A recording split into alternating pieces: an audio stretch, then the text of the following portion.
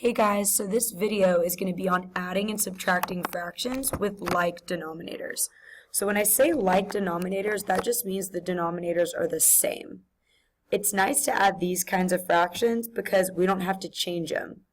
So when the denominators are the same, all we have to do is add or subtract the numerators. So our key point is to add or subtract fractions with the same denominator, just add or subtract the numerators. So why can we just add or subtract the numerators? So below is an example with pictures. So if we look at the first circle, it's divided into 5 pieces and 1 piece is shaded, representing 1/5. In my second circle, it's still divided into 5 pieces and 2 pieces are shaded, representing 2/5. If we add up the pieces, we will have 3 total pieces, representing 3/5. So when the denominators are the same, for example 5, the size of the pieces is the same. So each piece is 1/5 of the pie. Since the pieces are the same size, we just add the total number of pieces. We have 1 piece in the first pie, 2 in the second, to make 3, which represents 3/5. When we have fractions with unlike denominators or denominators that aren't the same, we can't use the same strategy. So an example is shown here. So what equation is modeled by this picture? So if we look at the picture on the left, we see 2 pies. One pie is divided into 5 pieces, and the second pie is divided into 4 pieces. There are 2 pieces shaded in the red circle, representing what? Well, 2/5. And then my second circle has 1 piece shaded, representing 1/4. So this equation is 2/5 plus 1/4 equals what?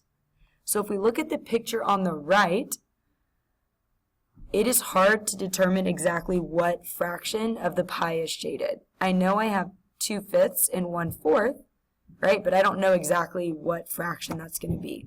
So I know I have 3 pieces. One is 1/5, another is 1/5, and the last is 1/4, but they're different sizes. The fourths are greater or bigger than the fifths.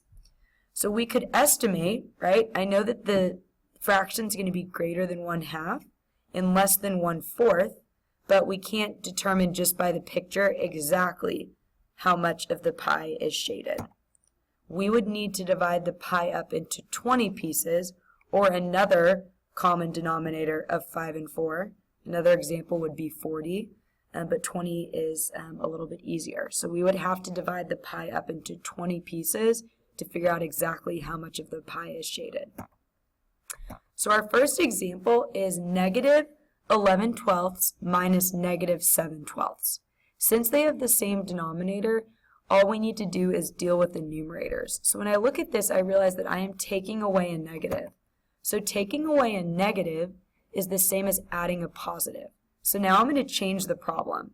I'm going to change this problem to -11/12 plus 7/12. So now that I have this written as an addition expression, I can think of this as -11 plus 7, which is -4. But that's not my final answer. My final answer will be -4/12, which could be simplified to -1/3. Another example is, so the second example is 7 and 2/9 minus 3 and 5/9. So I notice that I have the same denominator, so now I only have to deal with the numerators. The problem here is, though, is that I can't take away 5/9 from 2/9. So I need to change them both to improper fractions.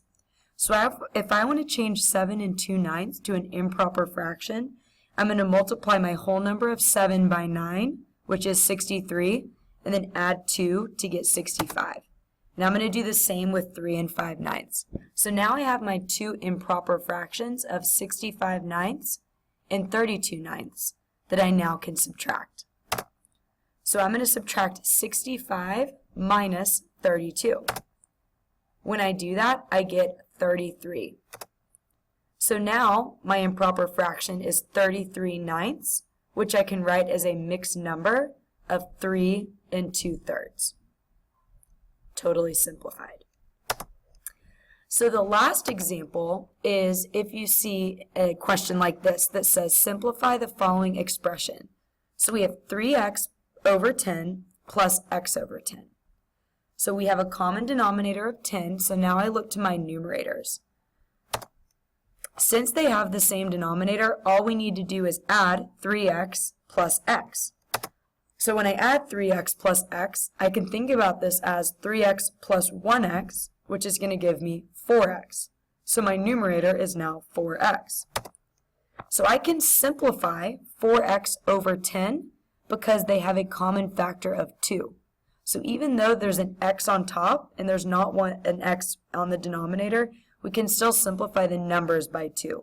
So if I simplify 4x by 2, that will give me 2/5, and then I add my x back to the numerator. So that is the video for today, and we will be working on this skill on Monday in class. Have a good weekend.